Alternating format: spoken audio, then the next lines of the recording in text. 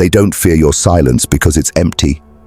They fear it because it watches, because it sees through their masks and refuses to perform. We live in a world addicted to noise, voices screaming for attention, power, validation. But there's a kind of person who doesn't need to speak to be powerful. They listen, they observe, and they wait. Nietzsche once said, "The higher we soar, the smaller we appear to those who cannot fly."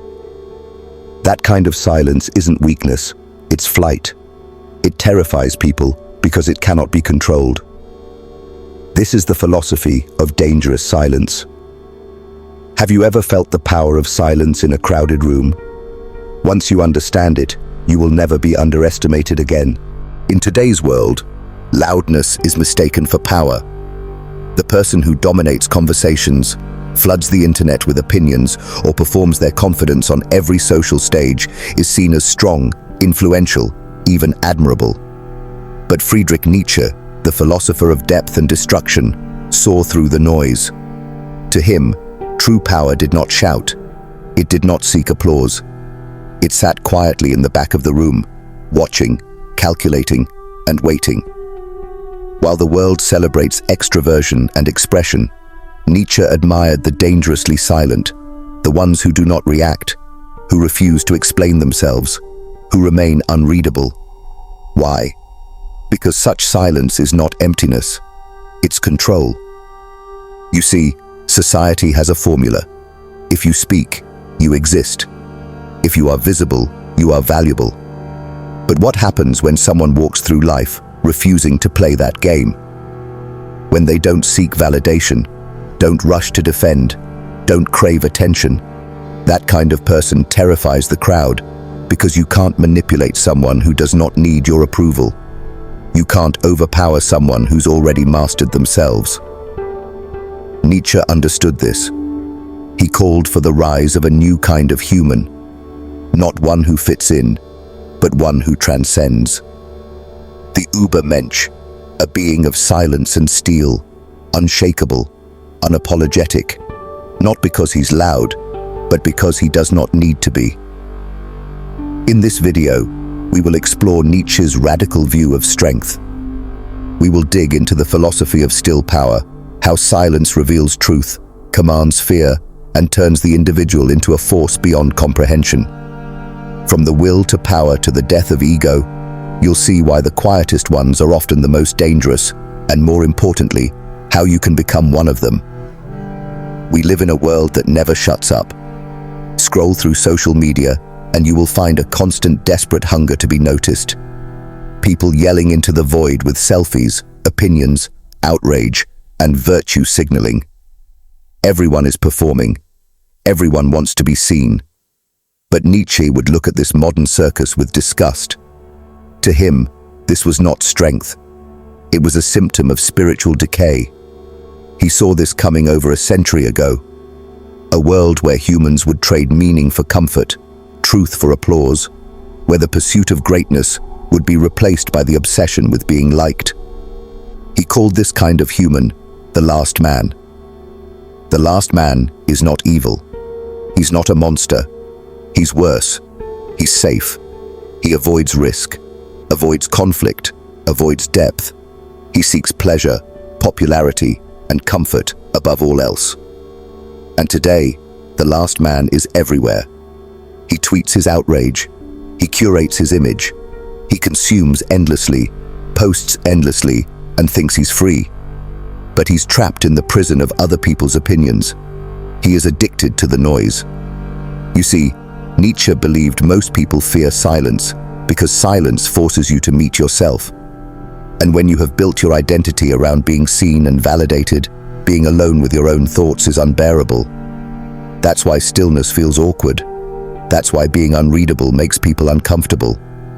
Because when someone does not react, does not post, does not overshare, they become a mirror. And most people can't stand to look in that mirror. They would rather drown in the crowd than face the uncomfortable truth of who they really are. In this world of endless noise, those who are silent are misjudged. They are called arrogant, cold, weak, awkward, antisocial. But Nietzsche would say, that's because the herd does not understand strength. It only understands attention. The silent individual threatens the herd because he cannot be categorized. He does not beg to be liked. He's not following the script. And so the herd turns on him, labeling what it cannot control. But Nietzsche admired this type of person. The one who walks alone not because they can't fit in, but because they refuse to shrink themselves to be accepted. He believed true power lies in the one who can endure isolation, who does not need external validation to feel real. Because when your identity is not built on other people's applause, you become untouchable. So, in a society addicted to being seen, the most terrifying person is the one who does not care if you are looking. In Nietzsche's world, strength does not look like what society praises. It is not loud, boastful, or reactive. It is not the man constantly asserting his opinions, chasing applause, or trying to dominate every room. Real strength, Nietzsche believed, is quiet. It observes, it waits, and when necessary, it strikes with terrifying precision. At the center of Nietzsche's philosophy is the idea of the Übermensch, often misunderstood. He's not some arrogant alpha male, nor a ruthless tyrant. He's someone who has transcended the moral rules of the herd. He lives beyond good and evil. Not because he is immoral, but because he creates his own values. And to do that, he must first walk alone. The Übermensch is dangerous not because he seeks power, but because he does not need it to feel complete. He does not scream to be heard. He does not beg to be understood. He simply is grounded, inward, purposeful. He is silent because he is full. In a world addicted to reaction, silence becomes a signal of depth. Nietzsche once wrote, "He who has a why to live can bear almost any how." That why, that internal purpose, is what anchors the silent archetype. The Übermensch does not move based on trends or outrage or groupthink. He is rooted in something deeper, a personal mission, a philosophy, a code. And because of this, he becomes unpredictable, unreadable, unshakable. People fear what they can't understand. They fear what they can't control. So when someone does not play the social game, when someone is not emotionally exposed or performative, society labels them as cold, dangerous, or even inhuman. But Nietzsche would say, that's the point. The silent archetype does not react because he does not need to. He does not gossip. He does not engage in small wars to feel alive. He does not bark when provoked. He knows that true power is not reactive. It is sovereign. This man walks into a room and says nothing. But his presence disturbs the shallow because the shallow thrive on noise. They fear the stillness that silence brings because in silence, truth echoes. Now contrast this man with the reactive man, the one who must shout to feel heard, who must win arguments to feel intelligent, who must surround himself with validation to escape his emptiness. This man is not strong. He's afraid. He hides behind noise because silence would reveal the void inside. Nietzsche's silent archetype has already faced that void, and he has emerged from it not broken, but sharpened. Alone, not because he was rejected, but because he chose solitude over selling his soul, and that makes him terrifying. In a world built on performance, he chooses substance. In a world obsessed with attention, he chooses depth. In a world begging for reaction, he chooses stillness. This is the kind of man Nietzsche admired. Not the conqueror, not the influencer, not the puppet of the masses, but the one who walks his path unshaken, unmoved, because he's already conquered himself. That is the silent archetype. That is proto-Übermensch. And that is why Nietzsche's most dangerous man does not scream. He watches. He waits. And when he moves, the world listens. Silence is not emptiness. It is not the absence of something. Silence is a presence, a mirror that reflects everything others try to hide. When you walk into a room and choose silence, you disturb the balance. Because most people are not searching for truth. They are searching for control. Control over how they are perceived. Control over how others react to them. Control over the narrative. But silence removes that control. When you don't respond, when you don't explain, when you just look, you force people to confront the one thing they fear most, themselves. This is why Nietzsche believed that silence was a form of power. Because when you withhold words, you don't just conserve energy. You deny others the illusion that they understand you. And people fear what they can't interpret. They fear what they can't predict. They fear what they can't manipulate. Most conversations today are not exchanges. They are performances. Two egos trying to impress, dominate, or win approval. And when one person refuses to perform, the whole show collapses. Silence holds a mirror. It shows people how much noise they truly need to feel alive. Have you ever made eye contact with someone who could not hold it, or remained calm, while someone else tried to provoke you, or simply said nothing and watched their discomfort grow? That's not weakness. That's power through restraint. As Nietzsche might say, you terrify them not because you speak, but because you won't, because your silence suggests you don't need their approval. You don't need to be seen. And in a world where validation is currency, that makes you unfathomably rich. Let's go deeper. Psychologically, silence strips away social armor. Words are often shields. We talk to fill space, to avoid awkwardness, to defend ourselves from being too visible. But when one person chooses silence, they force everyone else to sit in the rawness of the moment. That moment reveals everything. Who's insecure, who's pretending, who needs attention, and who's silently watching. Modern psychology backs this up. People who are uncomfortable with silence are usually uncomfortable with themselves. They fear the empty space, not because it's empty, but because it forces their inner world to echo back at them. Silence is not passive. It's aggressive in its clarity. Let's look at real-world examples. Take elite interrogators. They use silence more than pressure because the moment they stop speaking, the suspect starts unraveling. Why? Because the silence becomes unbearable, a vacuum that demands to be filled.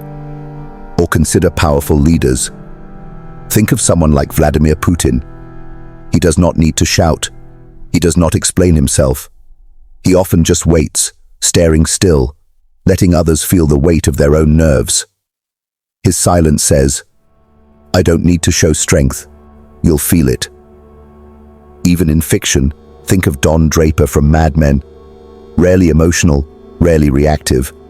But when he speaks, people listen. Not because he's loud, but because his silence made every word heavier. Now compare that to the man who argues on Twitter all day. The one who needs a crowd to feel valid. The one who can't sleep until his opinion is known.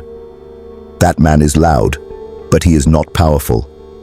His noise is proof of his emptiness. His endless opinions are proof of his lack of clarity. Nietzsche's silent archetype does not play this game. He does not explain himself because he's already done the explaining to himself. His silence is not cold, it is controlled. It is built on inner certainty, and nothing scares the uncertain more than someone who does not flinch. Because silence reveals the cracks in their armor. It strips them of their ability to hide behind performance. And in that moment, they are naked. That is why they fear you. Not because of what you might say, but because they can't see what's coming. They can't predict your next move. And unpredictability is power. So the next time someone pushes for a reaction, pause, breathe, let the silence speak for you, and watch them tremble under its weight. In a world obsessed with dominance, louder voices, bigger followings, faster opinions, Nietzsche gave us something radically different: the will to power. But this idea is misunderstood. The will to power is not about crushing others. It's not about screaming louder. or controlling people through brute force. At its core, it's about mastery over the self, self-overcoming, taming your impulses, disciplining your desires, channeling your energy inward until it builds, condenses, and becomes unshakable. And that's where silence becomes dangerous. Because silence is not the absence of power, it's the containment of it. Stillness is not weakness, it is concentration. Nietzsche did not chase attention. He told you to transform yourself, to become the kind of individual who does not need to raise his voice to be heard because his presence already says enough. There's a reason Nietzsche did not write long manifestos or preach with endless lectures. He used aphorisms, sharp explosive sentences. A single line could carry the weight of an entire philosophy. Why? Because truth does not need volume.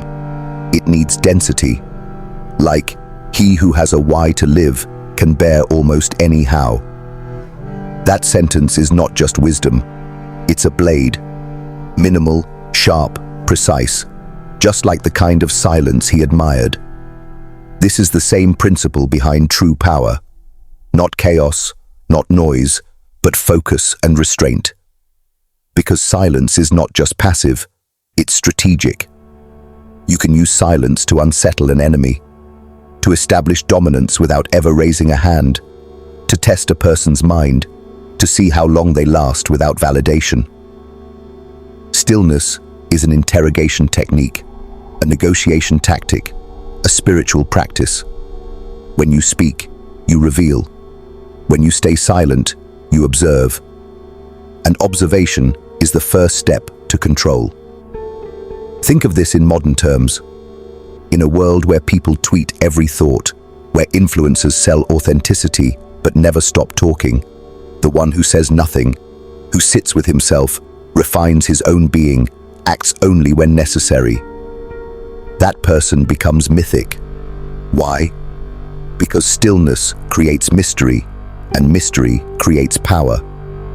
This is the will to power, expressed through non-action. A kind of resistance, the ability to say, I do not owe you my energy, I do not need to be understood, I am not afraid of being unknown. The herd cannot stand this, because the herd survives on feedback, on affirmation, on shared signals. But the Nietzschean individual, the one becoming an Ubermensch, speaks less and becomes more. That's the paradox. The less you say, the more they feel. The quieter you become, the more they project onto you. And that projection, that's power. You are no longer just a man. You are a symbol, a question they can't answer. And in that question lies your control. So ask yourself, do you want to be loud or do you want to be felt? Do you want attention or influence? The will to power is not about performing strength. It's about becoming so grounded, so internalized in your mission that nothing shakes you. Not silence, not solitude, not being misunderstood, because that's the final mastery. The ability to move through the world quietly and still bend it around your will. He's shy. She's just socially awkward. They must be insecure. That's the label society slaps on quiet people. Not strong, not focused, just something's wrong with them. But Nietzsche would laugh at this. To him, quietness was not a flaw. It was a sign of refinement, not passivity, but selectivity. In a world of constant noise, the person who chooses silence is not failing to speak. They are refusing to waste words. Today, we have been conditioned to explain everything, to speak on every issue, to share every thought, to perform transparency 24/7, as if withholding anything makes you suspicious. But Nietzsche's worldview flips that. He believed the more grounded a person is, the less they need to say, the less they owe the world their internal life. Because true self-possession doesn't beg to be seen. Society misunderstands quiet people because it fears what it cannot read. And Nietzsche knew this deeply. He said, "Invisible threads are the strongest ties. The silent person holds those threads. While everyone else flails, seeking attention, the quiet one watches, waits, calculates. They don't speak to fill space. They speak when it matters. And that's what makes them dangerous. Because society assumes that if you are not talking, you must be unsure. But often it's the opposite. You're not unsure. You are unimpressed. You're not lost. You're not interested in playing their game. Think of it. In meetings, the person who talks the most is not always the smartest. In arguments, the loudest one is often the least secure. On social media, the most reactive people are the easiest to manipulate. Quiet people, the ones who pause, who listen, who reflect, they hold psychological gravity. And Nietzsche would say, that's not weakness. That's a different kind of strength. But modern life does not know what to do with strength that isn't flashy. It wants declarations, hashtags, speeches. It wants your soul on display. But silence does not give that. It protects the soul instead. And that's the misunderstanding. Quiet people are not behind. They are ahead. So far ahead, they don't need to announce it. They have seen through the performance. They have chosen depth over attention. And in a world drowning in noise, that decision is revolutionary. So, how do you tap into this terrifying Nietzschean silence? It starts with one thing: restraint. Most people feel the urge to respond immediately, to explain, to defend. But true power lies in pauses. Let silence speak. Let people squirm in it. Let them fill the gap. And watch what they reveal. Because silence does two things. It exposes others, and it elevates you. Imagine a confrontation. Instead of reacting emotionally, you stay quiet. You hold your posture. You wait. Suddenly, they are the ones unraveling, because silence throws the insecure off balance. It denies them the feedback loop they crave. It turns their performance into a monologue, and them into a fool. Nietzsche did not just write about silence, he lived it. His aphorisms were brief, surgical, unsettling. He was not interested in comforting you. He wanted to pierce through you with minimal words. That's the key. Don't explain everything. Mystery is power. The more you reveal, the more predictable you become. And Nietzsche believed the strong individual is never fully readable. This isn't about manipulation. It's about self-possession. You don't owe your inner world to everyone. Let them wonder. Let them project. Your silence becomes a mirror.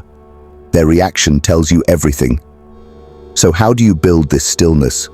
Not through noise, but through solitude. Take time to be alone, write, reflect.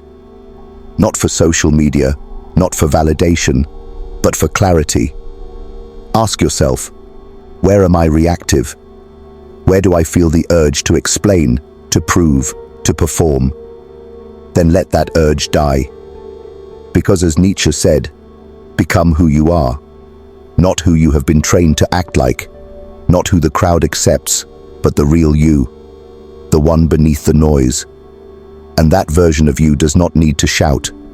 It's enough to walk into a room and say nothing, because everything about you already says, I know who I am. In the end, Nietzsche's silent figure is not shy. It's not passive. It's precise, detached, sharp, like a blade that never needs to be unsheathed. In a world that rewards noise, constant posting, oversharing, explaining, silence becomes a rebellion. It says, I don't need your approval. I don't fear your misunderstanding. I have already mastered myself. You are just catching up. And that is terrifying. People will mock you. They will label you cold, arrogant, difficult, not because you are, but because they can't read you. And what they can't read, they can't control. You will make them uncomfortable. Not by yelling, but by watching. Not by fighting, but by not reacting. Because silence is not absence, it's presence, intensified. It's the power of a mind that doesn't need to announce itself. It waits. And when it acts, it's decisive, unstoppable, final. So, if you have ever felt like you don't fit the noisy world, good. Maybe you were not meant to. You were not born to be loud. You were born to be unshakable. Be silent and let them feel it. If this message cut deeper than you expected, if you felt seen in ways you can't explain, subscribe, because this is just the beginning. Here, we don't follow the noise. We go deeper every single time.